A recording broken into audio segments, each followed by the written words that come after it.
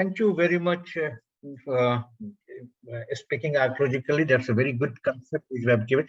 Well, thank you very much for giving me this opportunity to interact with the scholars in a different part of the life, and not only numismatic, but other section who are also attending this talk. Very interestingly, why we have been studying numismatics, as everybody understands, is a source of information for history writing. But the numismatic has never been considered as one of the important sources for the medieval period. Of course, the ancient scholar has given much importance to the numismatic because they have paucity of sources. So probably they use more than the student of medieval Indian history. So I try to understand coins in different manners. I try to understand coins and try to understand medieval period should also be focused on the focus as the most important source of information. And that was the reason I started working on this topic, and I've taken a lot of projected it with my own choice of the subject. This chapter, talk is primarily for one thing. If I'm going to introduce you people for the basic concept of Delhi Sultanate and what is a new tradition is started. So I'm just going to discuss two aspects. One is the basic tradition, and the second is why this tradition is started in India, and the third, very important, typological study. What is my understanding of the coin is that anybody can understand coin, anybody can do well on the coins only and only when he or she has got the command on the typology. So one has to understand typology. So this talk is mainly on this three aspects. So let's look for one important thing. Before understanding coins tradition, we need to know ancient Indian coinage. You cannot come today immediately to the medieval period. If you're coming to the medieval period, you need to have a background of Indian coinage. What was the system in India? What type of coinage we were issuing in our country? If you see the coins of our country, we have started thinking, we started this practice sometime in 6th century and 5th century BC. Sometimes 6th century BC people say, some of the scholars of the 5th century BC. So this is the period we have a concept of coinage in India very prominently. So what we find that if you see the coins of this particular period, ancient period, 6th century BC is the period when we have the beginning of coinage in India. And not one or two, plenty of coins have been reported in our country in this period. And this coin is, I can just show you what is the basic feature. This is the oldest coin for our country. We generally call it punch mark. Punch mark we call because the technique was punching technique. This is the basic concept. The other three coins, all three coins are punch mark coins. This is casting coins. This is another method of making coin we call cast. I'm not explaining you the punch mark, what is punch mark, why, but I just wanted to make you one information that this is the type of coinage we were having. Only point you have to observe in this coin that these coins are not having any inscription.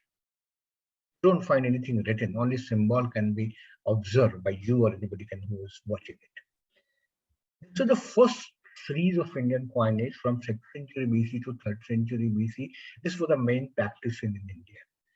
Later on in 3rd century BC, we have a different practice in India that we started having pictorial devices with a very minor inscription on the marginal side. The Greek were the first who introduced this type of coin in India. We can have a look of the coins, where in some inscription is appearing in Greek inscription. Then we have the coins in the other, but this type of Greek coins, Greek Indo-Greek coins, were confined to the northwest part of the country. It was not throughout the country. It was limited area which were having this type of coinage. But coming to the Western India, coming to the northern India, other part of the India, you have a coin wherein inscription can be seen in Brahmi inscription. But what is very important, either the Brahmi, either the coin number, slide number 1, slide number 2, even this coin you can see, all these coins, this is a Kushan coins and Gupta coins. They have a very good coins. Plenty of coins have been reported in the time of Kushan and then Gupta, and various symbols and various god and goddess deities have been depicted in these coins. But these coins do not have much place for inscription. They have a place for the inscription, but it was not largely inscription place. So what we call the ancient Indian coinage were primarily the pictorial based coin. That is the one definition I just wanted to say, convey to you. The ancient Indian coinage were pictorial based coinage. Where inscription earlier we were not having any inscription, but later on we started having some inscription, but was very little information has been given for the inscription, either in Greek or Brahmi or whatever script is there. But a small area of is being occupied by the inscription. That was one. Now, in medieval period, roughly about you can say the 12th century is being considered. That is again debate early medieval. I'm not going to do debate on that. I'm just going to basic understanding.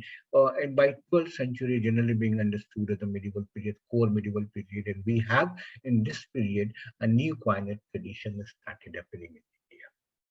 What is the new tradition? And who into this white new tradition? Why this type of coin was introduced? Three questions again.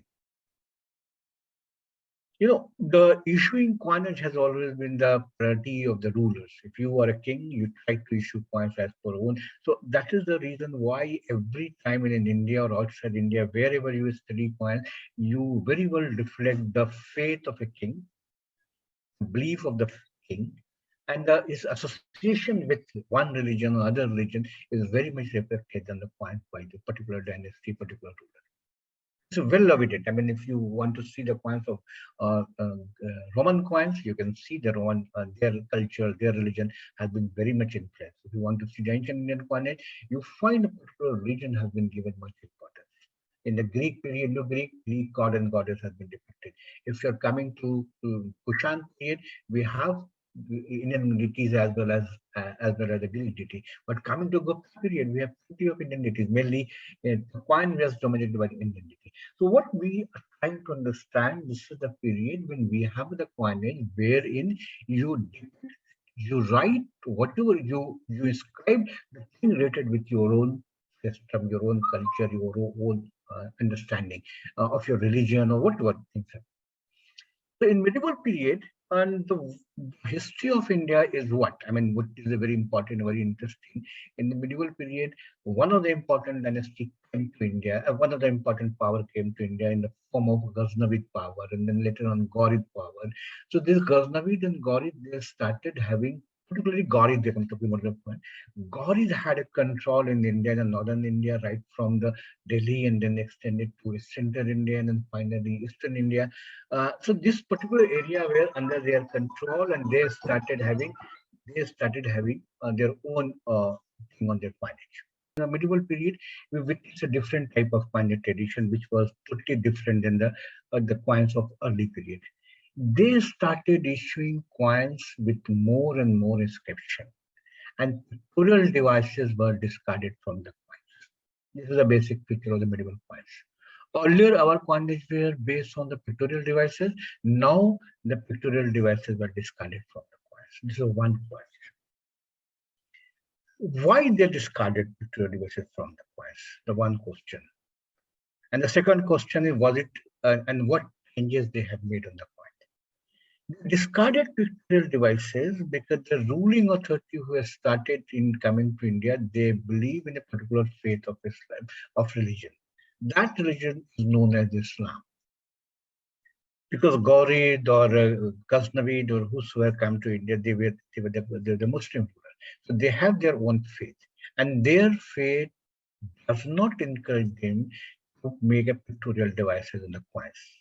Because of their faith. I mean, you should not make a living thing on the anywhere. That was the faith. When they started issuing coins, they have to consider their religion on the mind, and they said they cannot make any god, and they because don't have any concept of, I mean, and the figure of a god, and they were not supposed to make the Prophet Muhammad on the in the form of a picture. So there was a reason they started giving information on the coins. Started giving religious information on the coins. But their religion is depicted in a different manner. Earlier, we were witnessing our religion in the form of what? In the form of God and goddess. Their attributes on the coins. They started giving direct information on the coins, related with their own religion. No, when I started working on this series of the coin, when I find that what is the basic thing, if you start understanding the coins of medieval India, so I consider the Indian coinage tradition was divided into broadly into two One group is the coin with the pictorial devices and other without the pictorial devices. The moment you started having coins with the inscription, coins became more informative. Because way one word or two or three words or three, one line or two lines, but not much.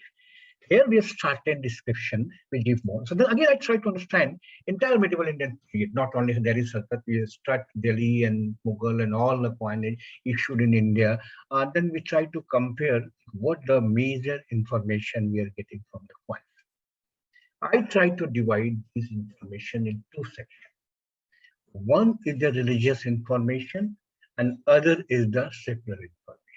This is what I try to understand. What is the religious information they are coming on the coins of this tree? They are writing on the coins, they are writing Kalma, the basic creed of Islam.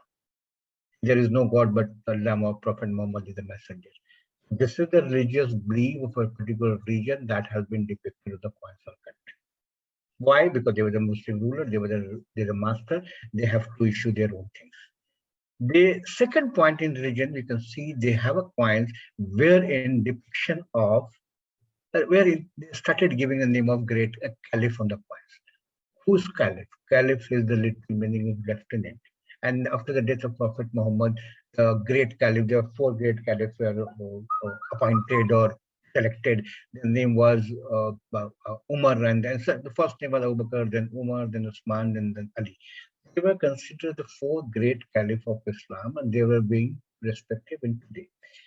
Similarly, after the death of these four great caliphs, they have established one important dynasty, which is known as Umayyad dynasty. And Umayyad started having control in the region of Islamic world. And then later on, after Umayyad, the Abbasid came into existence and they were ruling on behalf of this Muslim world. So entire India, entire Islamic world was under the control of Muslim caliph. So we do have Indian coinage where in the name of Great Caliph, little sometime, but most of the time we get the name of Abbasid Caliph on the coin. Here a question arises, why the Indian ruler started issuing coins with the name of Abbasid Caliph sitting in Baghdad? That is one question we have to answer here. The third point, which is also we have the coins wherein they use the title, the religious title, which named the champion of Islam.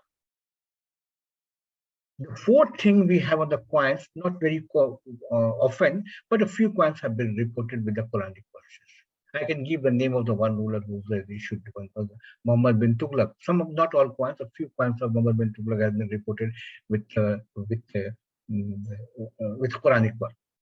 Similarly, one coins has also been reported from the Madurai Sultan, Damghan Shah, who has also issued coins where Quranic verses is coming.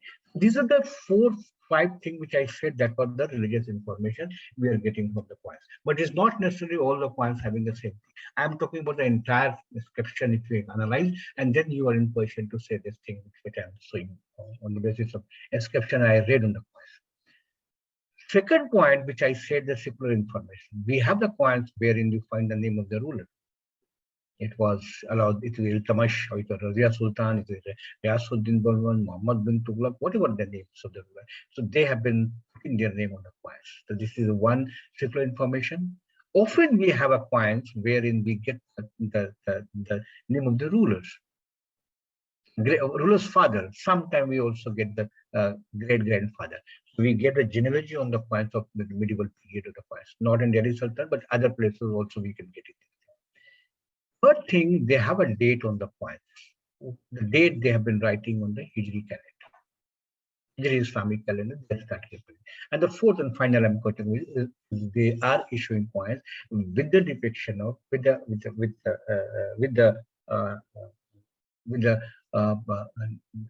mint name, where it was stuck. It was Delhi, or it was Agra, or it was Daulatabad, or it was Hazrat Delhi, whatever place they have been issuing. So they used to write the name on the coins. That is another interesting. So we are getting this type of information from them. Entire coins having this type of information, having this type of inscription, has generally been termed as the word, very clear word, Islamic type.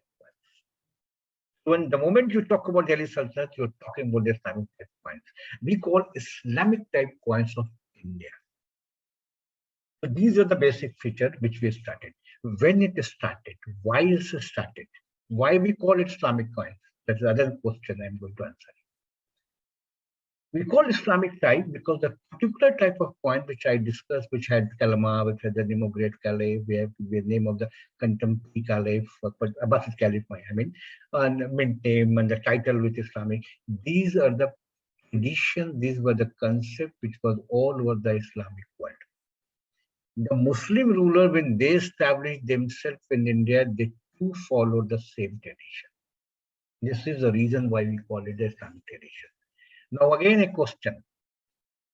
Was this tradition which was introduced in India, was it abrupt or gradual?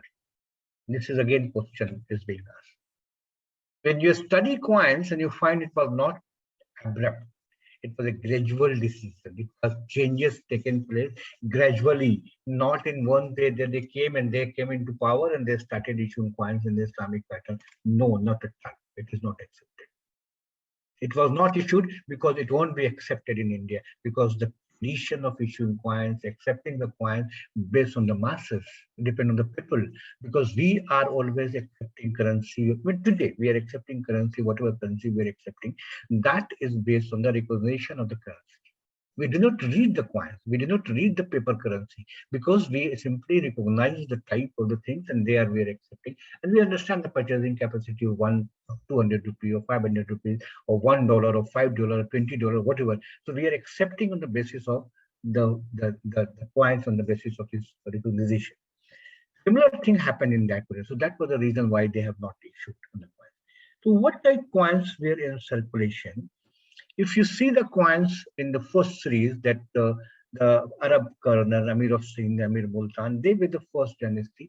But prior to Delhi Sultanate, these three areas was having control in the region, and they have issued coins with the inscription in Arabic. So the first reference of Arabic inscription we can see in the 5th or 9th century AD in the Sindh region. Amir of Sindh, we call Amir, and Sindh, and then Arab governor, and then Amir of Sindh and Multan. All these rulers have issued coins in this way, where in Arabic started coming. 10th century AD is a period in India, or 10th century AD is a period in India, we witness a new language, new script on Indian screen. So earlier, this language, this script was not known to us. 9th, 10th century AD is a period when we have a coinage, not much, but a few coins have been reported in a particular region where Arabic inscription started appearing. But the medieval coins became another point when we talk about the Ghaznavid period or Gharid period. We have a coins wherein they have not continued the Islamic tradition, but they issued coins with the local tradition existed in India. That is the bull and horseman period. In northern India, bull and horseman were the most important series in India, and from 8th century AD to 12th century, or 13th century was the period when this coin was in circulation. So Ghaznavid successor Gaurid himself, Muhammad bin Sam, issued coin on the pattern of the coin issued by the Chauhan ruler, on the pattern of the coins which were in circulation, what was the basic type of the Hindu Shahi kings of the country. So bull and horseman type of the series, which was commonly noticed on this particular period. Now, coming to Delhi Sultanate, we have 4th, 6th dynasty we generally understand in Delhi Sultanate. That was Mamluk, Khalji, Tughlaq, Sayyid, Lodi, and Suri. These are the dynasty which have issued their coins. And what was their important thing which I'm going to discuss with you. Here is the coins of North India, bull and horseman, India, Lakshmi type coins. I can just show you, this is the coins of Lakshmi type, bull and horseman series. Hindu Shahi of Kabul was the ruler who introduced this type of coin in 8th century AD, and this tradition continued in North India. Also, because if you study 8th century AD, we don't have any big ruler having control in the region of entire North India. The various power were issuing, and they were the master in that region, and they started. So the region-wise study, if you make, bull and horseman were the most common style of issuing coin in the northern part of the country. Either it was Rajasthan or Delhi or Haryana or Punjab, whatever area, Lahore, all these were issuing this type of coin. Here we can have a look at coin. Even when Ghaznavid rulers, the successor of Mahmud Ghazni, Masood came to India, he too had issued coins from the Lahore region on this manner, without making any change. In the Devanagari inscription was there on the coins. Only change he made, that was Masood is in Arabic is written. Otherwise, nothing is uh, new in the coins. Similar thing, Muhammad bin Sam issued coins with the same type of the coinage, that is Bull and Horseman, with his own name, Sri Muhammad Sam in Devanagari. So it means they have copied the coin. They issued coins on the pattern within circulation in that particular region. So they have not shown that I am the Muslim, so I will not issue the coin. So beginning, they have to introduce coinage on their own. The existing pattern has to be accepted. And we call continuity in type. So they simply continue the type which was existing in the market. In North India. Coming to Central India, what is going on in Central India? So in Central India, we have a Kalachuri dynasty, Kalachuri of Tirupuri, and all they were issuing coins in the region. But their coins were issued with a depiction of Lakshmi and Devanagari inscription. And again, some of the coins we can see the Lakshmi type coins. Same pattern was followed by Muhammad bin Sam. Muhammad bin Sam issued coins on the depiction of Lakshmi on the one side, and he issued his own name and in Devanagari. I written the name is on where is Sri Muhammad Sam. So my argument is that when you talk about this particular area, this particular period, so beginning they have not introduced the Islamic tradition coin. They continued with the existing coin tradition of India. Either it was the Bull and Horseman series or it was the series of Lakshmi that was continuation. Coming to the Muhammad bin Sam, but when he issued coins from the region of Eastern India, so this was the Eastern India coinage. I'll just skip this one, I will, because it will take more. Now I'm coming to this is the Islamic type coinage. Who was the man who really introduced Islamic coinage in India in the real sense? Of course, the beginning we can say in the 10th century AD, but that area, that section, that type of coins were restricted to a particular region, a particular area. So Islamic type coinage was not popular in India at all in 19th century AD. Even by 12th century AD, one region we can say that one region was having this particular coin because this was issued. But it was 13th century, early 13th century, after 1210 or so, then when Tamash came to power, he started issuing coins. He made away a lot of changes. He tried to make the Indian currency in a different manner. He issued coins in two traditions. One is the local tradition, which he continued with the Bull and Horseman series. He has not disturbed the existing coin series of Bull and Horseman, not at all. Interestingly, most of the coins were issued by the Delhi Sultanate were issued on the local pattern. Therein, Bull and Horseman is preparing. But later on, they introduced one thing. They have given Bull and Horseman only sometimes Bull other side the legend. So we have in the last period, we started having coins with the Arabic inscription and Bull and Horseman. But that tradition continued. While his silver coin, and that was known as Jital. We call it a Jital, Jita. Jital is a term for the coin issued by these rulers, so the coins of Delhi Sultan. Roughly 3.5 gram weight is standard. 3.5 gram weight is standard, or the weight is standard given by the Hindu Shahi for the Bull and Horseman series. And that series, that weight is standard continuing in India even the time of Iltamash and later on also. So 3.5 weight is standard for the local coins. But the only difference that we find in the in the early period, in the 8th century, 9th century, or 10th century, these Bull and Horseman series was having more and more content to the silver. While by coming to the Delhi Sultanate, the silver content was reduced and it became billion. So from this period, Jital became the billion currency, and Jital was the most popular currency in Delhi Sultanate. I can use the word common man currency. So the common man currency was, of course, not the silver coin, but the digital, which was very much available in the coins. Even the contemporary authors, if you read the Ziauddin Barni or Sami or Ibn Battuta, they mention about the digital and tanka. This is a very well even Thakkar Firu is also writing this term digital and tanka on the coin. Now coming to the real Islamic coin, which this is the coin issued by Iltamash. On the basis of that, I have given all the information before you, before coming to this. Here we can see the coins where on the one side, on the over side, it is written Kalma in two lines. La ilaha illallah Muhammad Rasulullah. I said this is a basic creed. And below that, he has written Al-Muntasir Nasir Amirul Mu'mineen. Al-Muntasir. Who is Al-Muntasir? Al-Muntasir is the name of Abbasid Caliph, contemporary to Iltamash, sitting in Baghdad, he has given. And calling himself, I am the deputy of whom? I mean, this was Al-Muntasir. Al-Muntasir was a caliph, and he is ruling on behalf of that. Why? Because the basic, if you believe in Islam and believe in the Sharia, then you have to take a permission from the Caliph of Islam who is sitting anywhere, and he has taken the permission. On that basis, he has been issued coins.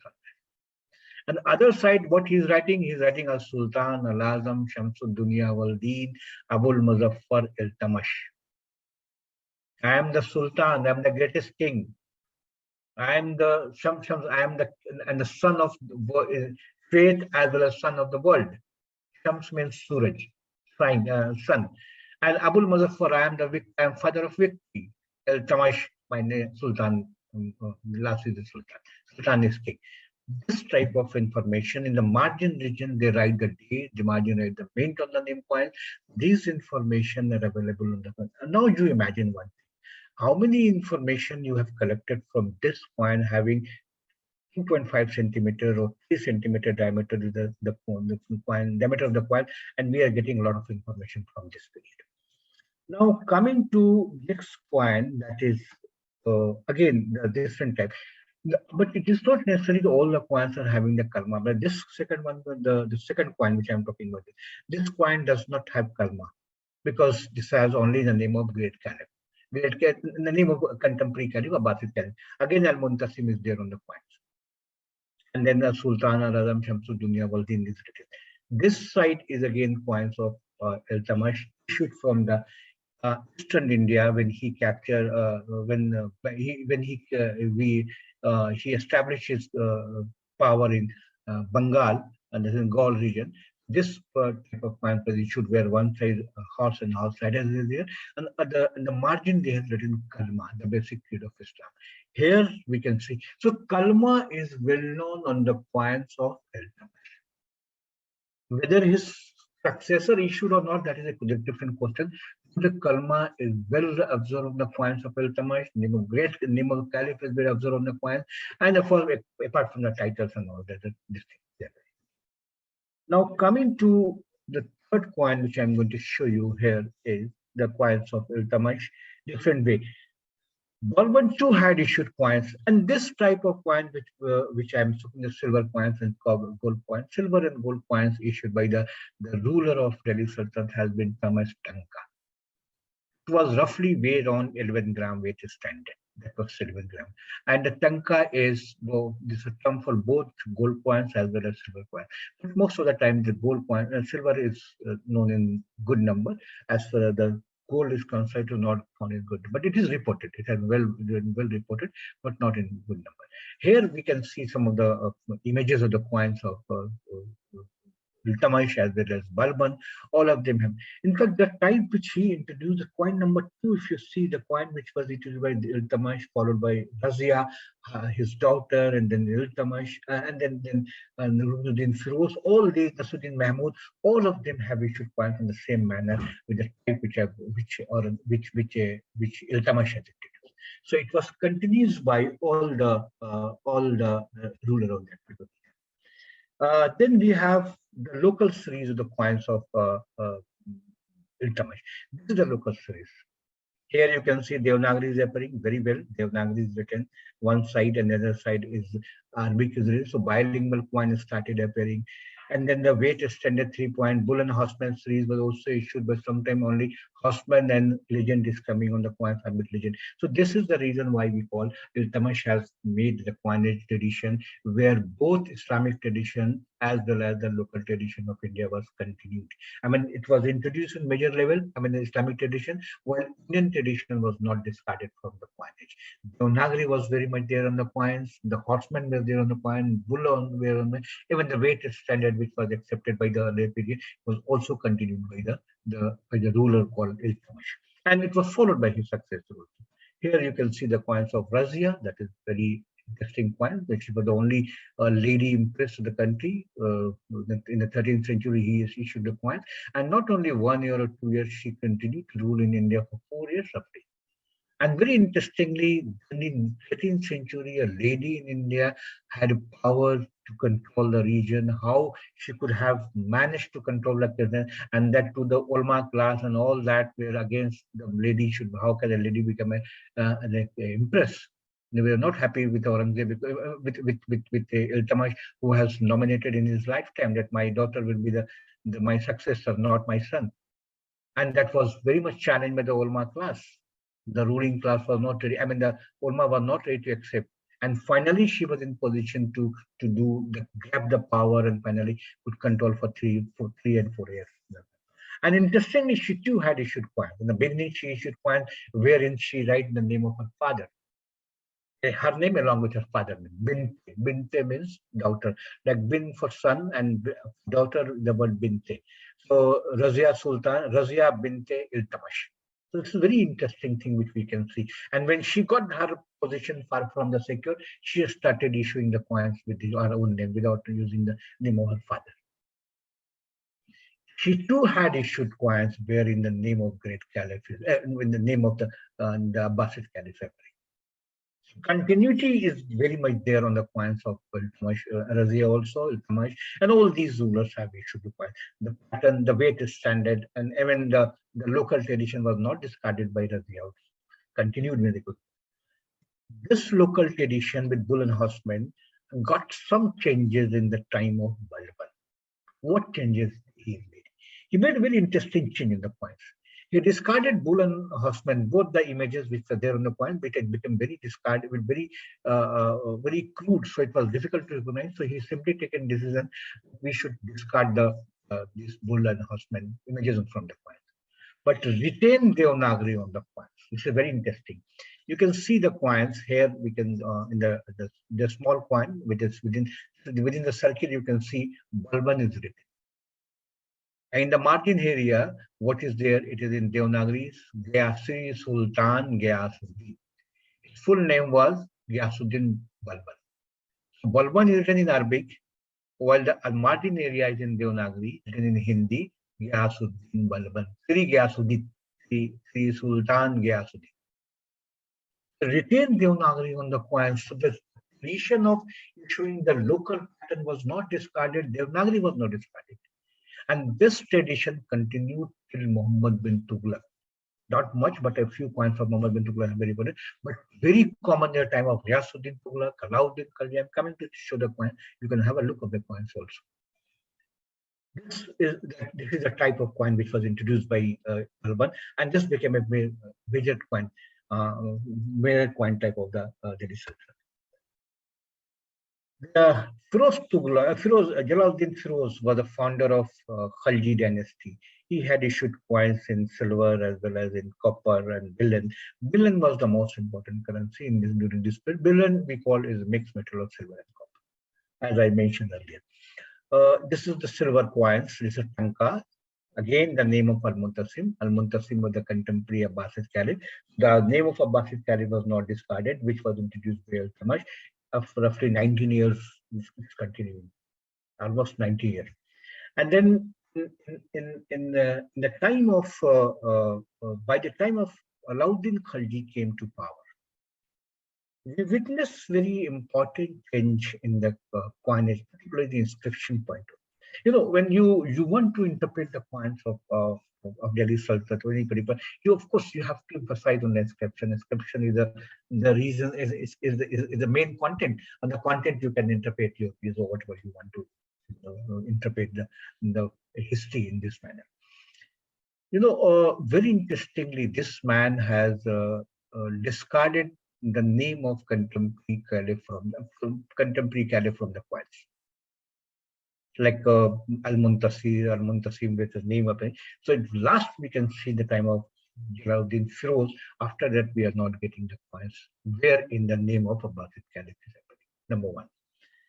What he did on the coins, very interesting that he started giving the coins wherein he called himself, I am the Sikandar Sani. Calling himself, I am the Sikandar Alexander. This is the inscription in the coins. He again said, I am the Yaminul Khalafa, means I am the right hand of the caliph. I am not the deputy of caliph, but I am the right hand of the caliph. Caliph has been recognized, but not as a master, but as the right hand of the caliph. I am the right hand of the caliph. This is a very important change we find on the coins of the medieval period. He has not made any change in the weight standard, continued the weight standard. Well, coming to his bill and coins, he has started issuing coins with the continuity of the Balban coins. Devanagari, we can very well see on the point. The Beelan coins, which was there, that we can see in very important coin, wherein Muhammad Shah in the center, in the margin area, Devanagari is seen. This is the second interesting fact. Inscriptionally, another important point which one has to note here, that another ruler whose name was Mubarak Khalji, he made a very daring step on the coins of India. The Islamic tradition was very common. The writing the name of contemporary caliph was a tradition, and we're giving importance to the institution of caliph. And this was again challenged, discarded by one ruler whose name was Mubarak Khalji. He said, I am myself the caliph. Why should I write the name of? He said, I am the Khalifa Rabbil Alameen. Rabbil Alameen means God. I am the caliph of God, Allah. And he said, I am caliph Allah. Simply reading Khalifullah. I am the caliph of Allah. This is a great daring step. Again, challenged by ulama class. How can you dare to write yourself as a caliph? And caliph should not be of Allah. Caliph is always of Prophet Muhammad. How can you write caliph? But even that he maintained, he has not discarded, he has not withdrawn his coin. Whatever information was there, it was continued. Ulama was ready to, object it or criticize whatever, but he has not changed his mind. Another interesting fact we can see in the file. The inscription is giving a lot of information to you. Only you have to analyze the thing. You read coins, you analyze the inscription, and then you are in position to interpret. Then we have another type of coins. He also issued the square type coins. Square type coins is a very interesting coin. Not much has been seen on the square type coin. It's only one or two coins in the earlier we don't have any square coins in Delhi Sultanate. First reference of earlier coins is in the time of Alauddin Khalji, and then later on it became popular in the time of Mubarak Khalji. One more point I just wanted to discuss with you. It's very relevant here to add here. During this period, interesting fact is that we have plenty of source material to write on the history of Delhi Sultanate. Good books are available, contemporary, but not much has been written on these books. Do not find much in place on the numismatic evidence. Numismatic has been studied only with the help of the coins. But in Delhi Sultanate, we have very relevant coin book. That was by Thakkar Feru. Thakkar Feru is one of the mint master. He was the mint master of Alauddin Khalji as well as the mint master in the time of Mubarak Khalji. And he has written a book in Apre Bhamsa Prakrit. That is Darve Pariksha. In Darve Pariksha, we have a lot of information about the coinage, what type of coins are in circulation, how the coins are extract from the silver can extract from the gold coins and gold coin, and how billion coins are extracted, and how much percentage of silver is there on the coins of earlier dynasty. All these information are there. It's a very relevant work which was written by Thakkar Feru, and by and he this book contains enormous amount of information. Now, coming to the, this is a smaller coin issued by this billion type coin of Mubarak Khalji. Then I am coming to the coins of Ghiyasuddin Tughlaq. You can have a look of coins of Ghiyasuddin Tughlaq. I'll begin with this coin, the smaller coin. Here you see, it started in the time of Bull and Husband was introduced much earlier, where Devanagari was commonly found on the coin. Muhammad Ebak Qutbuddin Mubarak Khilji, that from the time of Muhammad bin Sam. And again, we are coming to Ghiyasuddin Tughlaq, Devanagari continuing on the coins.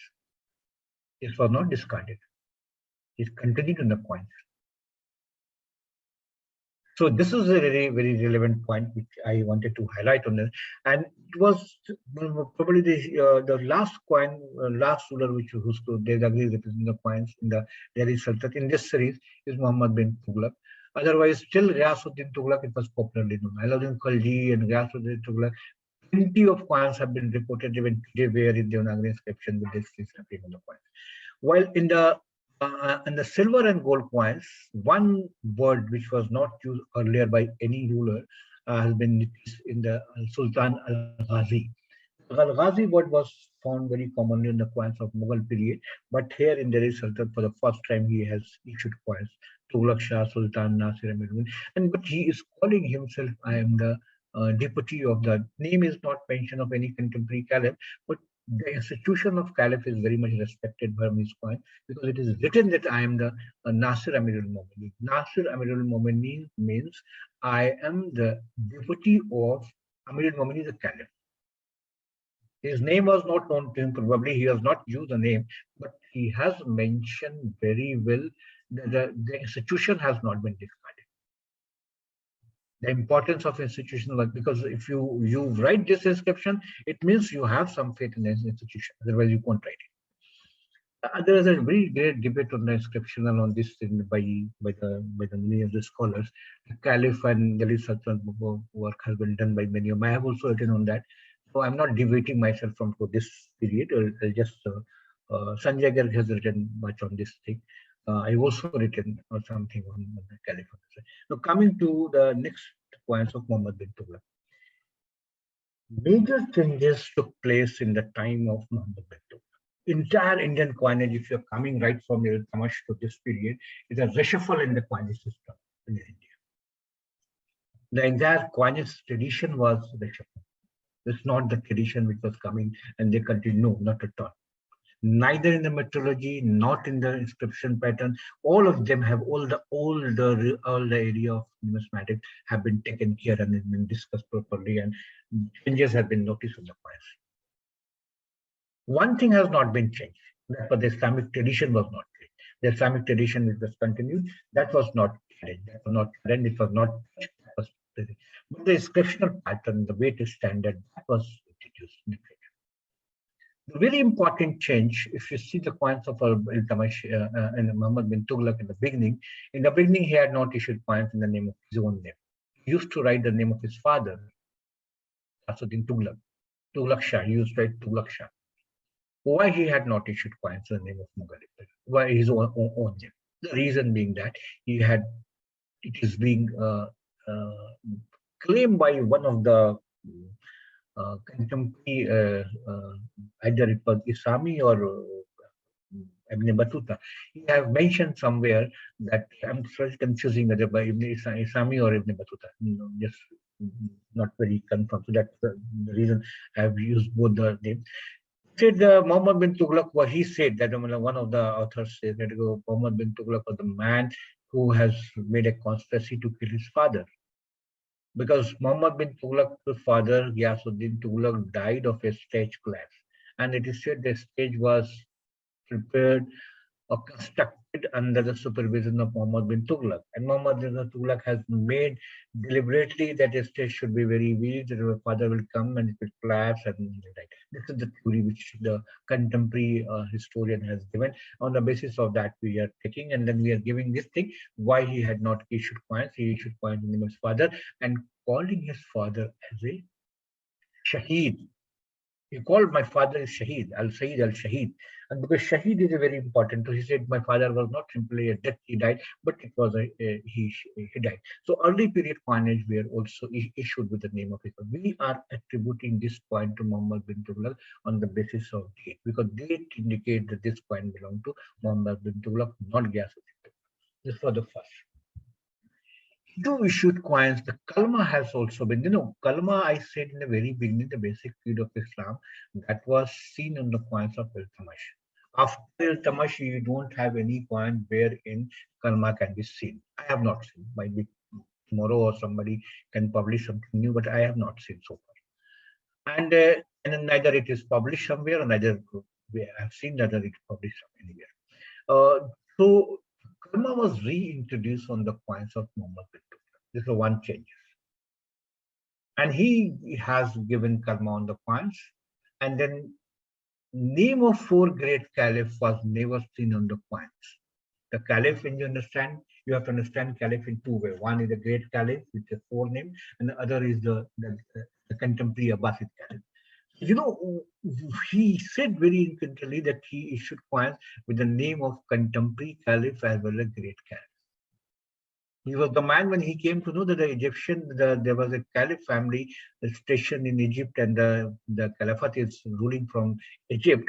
So he took the degree of investiture from the caliph of Egypt, and then he has started writing his name on the coin. So reintroduction of Kalma on the coins, reintroduction of the name of name of contemporary caliph on the coin. Important point which we can get. And then again, we have exceptionally the Quranic verses can be seen. Various things have been issued in this points. Uh, this is a major changes we can witness. But the above all, every information is less information if we don't talk about the points of Muhammad bin Tughlaq, when he introduced token currency. This is a much talked to the student of history in the school level and the college level. In India, most of the books you can see. Earlier, I don't know whether it will come or not, but earlier book was very much with this information. What Muhammad bin Tughlaq, token currency. No, he was the man who introduced the token currency. In India, it was not earlier. Token currency was not introduced. Token currency, the currency which does not have any is accepted on the face value. Let's say we are our currency is accepted as a face value, that is a token currency. But the value has been assigned by the ruling authority. Earlier, we were not having this concept in India and anywhere in the world, not only in India. We were having the concept of intrinsic value. Intrinsic value was the value of the metal. So if you have a gold coin of 10 gram and I have a silver coin of 10 gram, your money is, you are more well than me. If you have one gold coin but I have 50 silver coins of 10 gram, then it means I have more money than you, more well than you. Same happened. I mean, he was a man who has started giving new concept that in 14th century in India, he introduced a bronze coin and having weight of 10 gram. And in this weight, in this he has asked people to accept this coin as a current coin, and it should be equal to the tanka, silver tanka available on the market, that this bronze coin as well as the tanka, silver tanka should be accepted in the same way. This was the major decision taken by the government of Muhammad bin Tughlaq. But of course, it was, and this is the period when 13th century, the period when China has introduced the paper currency. So probably he wanted to have this thing in India also, not paper currency, but the bronze currency, and it should be considered as a this thing. But it was failure, 100% failure, and he had to withdraw his policy from the government. And then it was a great loss, because he said that whatever amount, if you have any with you, you try to come with your currency. The government is going to give you the silver of that. The moment the government introduced this farman, this fatwa farman, many of the people were involved in the making the counterfeit coins, and the counterfeit coins became the very disturbing for the government, and government had to face a very great loss. Now, this was the basic information. Now, coming to the analysis of this coin, which I consider very relevant. Inscriptionally, sequence is very important. Why it is very important? Because this is the first time we have a coin wherein bilingual information is appearing. One side is Arabic, other side is Persian is coming. I've never seen a coin where Persian Arabic is coming. The coins are always issued in Arabic inscription. Either Miltama, Razia Sultan, or Aladdin Khalji, or whosoever we are talking for. The Persian or the Arabic for the main inscription, main language manuscript. But here, for the first time, we have a coin wherein both there is a. On the one side, look at that in the inscription, what he has emphasized, what information he is giving on the coin. He says, Manata Sultan Faqad Rahman. Those who obey Sultan will obey King. If you are accepting the rule of the order of the king, it means you are accepting the order of the god. It's an emotional appeal. I should use the word emotional appeal. On the other side, what he is calling Mehreshid Sikka Raj Dar Rozgar Bandae Umidwar Muhammad bin Tukar. He is writing this coin is current for the your current for the trade and your faithfully Muhammad bin Tukar. So I mean he is requesting the people to accept this coin yours faithfully, and this is the current coin. I mean, see the inscription level of the inscription you notice on the in the 14th century. Here, what we have, we write Dhara ko vachan deta hu. English mein, I promise to pay some of this amount. But here, that time we are writing the coins, with the coins of India is writing the inscription. But this mohar, this kantanka is the current kantanka, the circulation, and I request you accept it. Respectfully, Muhammad bin Tughlaq. Even that it was not accepted. The people were smart enough to understand what is the currency system. It was not accepted because of various reasons. Because it was cannot accepted due to very reason that he simply suggested that silver coins of 10 gram and 10 gram of tonka is equal to that. Nobody was ready to accept it. Even today, we will not accept it. If I simply say bronze and silver is equal, let's say everybody was ready to give, but nobody was ready to take. The same happened with this particular period. And it was failure, a great failure. But even despite the fact it was failure, but I consider it the concept of token currency in India was given by Muhammad bin Tughlaq. We introduced token currency, paper currency much later, 19th century or late 18th century. We were introduced. British have introduced. Then 18 something. That was the period when we started paper currency. After that, we're not having. Why I consider the concept of token currency was given by Muhammad bin Tughlaq. Then we are coming to the next ruler, Firoz Shah. Shah was his cousin. He succeeded to his cousin brother, and then finally he issued coins of gold and silver and copper. Not much important to discuss here, but he followed the Islamic tradition of the coins, wherein the name calling himself the, the institution of Khilafat, which were discarded in the early period, again it was reintroduced for the institution of coins. But they have, Firoz Tughlaq have not issued coins with the kalma and all that. But he continued the coins issue, Khalifa Amirul Mu'mineen, Khaldat Khilafatu. The Khilafat is being acknowledged on his coin. This shows that the basic ethos is there on the coin, in this Islamic coin. Then we are coming to Bahlol Lodi and Sikandar Lodi. They were the rulers of this particular period, and they issued plenty of coins in this region of billion coins as well as copper. But during Bahlol period, during the Sayyid period or Lodi period, this the tradition of issuing coins on bilingual and all that was finished. So some of the coins they have issued were in they call Fi Zama Amirul Mu'minin, but again the same thing which I said, they have copied the coin from the Tughlaq dynasty, and that was here. The coin do indicate that they have the institution of caliphate very much there, and they are calling himself Fi Zama Amirul Mu'minin Khallat Khilafatu. That indicates that the man who is issuing coins with they have the it of the power of the institution of caliphate. Institution of caliphate there. Then finally, I'm coming to the Suri dynasty. There's a few things which I wanted to have a discussion on that. Generally, Sher Shah Suri or Suri, when you talk about the numismatic, we are taking in Delhi Sultanate, but the student of history will not take Suri with Delhi Sultanate. They always teach with the connection with the Mughal. When they start Mughal, then they can introduce in the history you can see in Delhi Sultanate, the Suri is a part of Delhi Sultanate. It's generally when Mughal is being taught, and then here after Babur and Humayun, this period comes, and then Akbar. That is the basic structure we have in Indian history. But in numismatic, we generally take a Delhi Sultanate till Suri is also being considered, as because the reason being that the most of these who are related with the early tradition, and so that for the reason we have introduced numismatics have considered it this as a part of Delhi Sultanate. You know, major revelation took place after Muhammad bin Tughlaq in the time of Sher Shah Suri. What major decision he has taken? The most important currency of Delhi Sultanate, which I call common man currency, was issued in Bilan. Either it is Delhi Sultan Mughal, either it is Mamluk, Khalji, Tughlaq, or Lodi.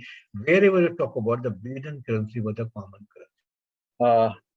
That is the very important point which I wanted to discuss with you. What Sher Shah Suri has made important changes. So first thing he made, he discarded the Bilan currency from Delhi Sultanate and introduced heavy copper coins. Heavy copper coins was not there earlier, so he was the man who introduced heavy copper coin in Delhi Sultanate, roughly 20 grams. The copper coins of 20 grams were introduced. Now, from this period onwards, we don't have any Bilan coin, which was very common, 3.58 standard or 4 point or 3. This was all discarded. Now, 20-gram copper coins were introduced. Number one. Number two, he reintroduced Devanagari on the coins. Devanagari was noticed on coins till Muhammad bin Tughlaq on 3 points. After that, it was discarded. So it was, excuse me. After that, we have a coin wherein in silver, all his silver coins, he has started using the word, starting Devanagari inscription in coins, wherein he writes his name Sri Sher Sahi in Devanagari. Third point, which is very important, discarded the name of contemporary caliph from the coins, and the name of great caliph was introduced on the major tradition. It became a major tradition to write the name of the great caliph on the coins. Right from this period till Mughal period, we don't have any contemporary name of any contemporary caliph, but always the name of great caliph. This became the tradition. This is the first coin. We can see this is the coins of Sher Shah Suri, wherein very clearly it is Kalma, name of 4 great caliphs in the margin. Here I wanted to show you that this bottom coin, you see in the margin, Devanagari Vepari. Similar thing, you can see the Kalma, name of great caliph, and here Devanagari. What is it? Sri Sher Sahi. But Devanagari is noticed only on the coins of silver or gold, not in copper. A few coins have been recorded, and generally we do not consider silver was the Devanagari was noticed on copper coin. This is the copper coin. And finally, one important point, which is generally accepted in India, the word rupiah, which we call, is given by Sher Shah Suri. And the rupiah was, he has taken the word rupiah from Sanskrit word roop. Roop means chandi, silver. So from roop it became rupiah. From rupiah it became rupee. So the word rupee or rupiah was introduced by Sher Shah Suri. One point. The second point, the copper coins of Sher Shah Suri was also probably I'm using the word probably given by Sher Shah Suri. He also called his copper coin as a paisa. I'm using probably because the word used by Abul Fadl. Abul Fadl is also said probably the paisa one was copper coins were very probably issued by Sher Shah Suri. So that's the two important points. One is the silver rupiah, another is the copper paisa. That the paisa of 20 gram which was introduced by Sher Shah Suri. This is the worst, and the tradition which was issued by Sher Shah Suri by his successor Islam Shah Suri, Adil Shah Suri, that continued in India until Mughal came to power. In fact, Mughal followed the tradition of Sher Shah Suri, particularly Akbar. If you talk about Akbar has taken majority of the things from the Shashasuri point system. Of course, he made some important changes, but the basic concept of council system of birth was based on Shashasuri. I'll stop here only. I will be happy if you could ask the question. And must in the last, I must thanks to the person from where I have institution from where I have taken the photograph. That was INS. Now INS sales. And then Bhartiya Sikhi Itihasik Parichya by Amiteshwar Jha, the book. He has kindly allowed me to the photograph, and he has given some of the photograph also to me. So these two person, the author is deserve my thanks for his help and all that. Thank you very much. And again, thank you very much for speaking archaeology.